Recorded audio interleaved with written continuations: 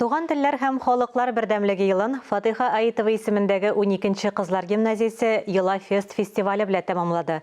Милли кием матурлыгын, йолаларны кисертүдән тыш рухи тәрбия бирү чарасы турында тулырак киләсе язмада.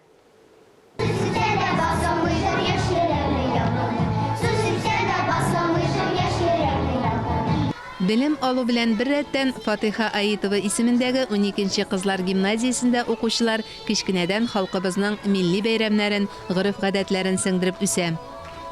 Бу фестивальдә безнең балалар белән без бик теләп катнашабыз. Бу ел инде ул безнең аулак и темасына багышланган иде. Балаларыбызга менә шулай итеп татар телендәге җырларны, элеккеге әби бабайларыбыз аулакларда җырлаган җырларны өйрәтәбез. Костюмнарны кигезергә тырышабыз. Һәм менә балаларыбыз да безнең шул җырларны өйрәнеп, бик теләп шушы бәйрәмдә катнашалар. Йола Фест фестивалендә 2-нче А сыйныфы җырлы биюле аулак өй күренешен сәхнәләштерде. Бу бәйрәмнәр бездә гел үтә. Мин анда катнашырга бик яратам. Борынгыдан килгән йолалар һәр вакыт төрле ырымнар, серле тылсымлы такмаклар, җырлар белән үрелеп бара. Кызлар уеннарны да барлаган, кунаклар өчен табын әзерләү йоласын да күрсәтте.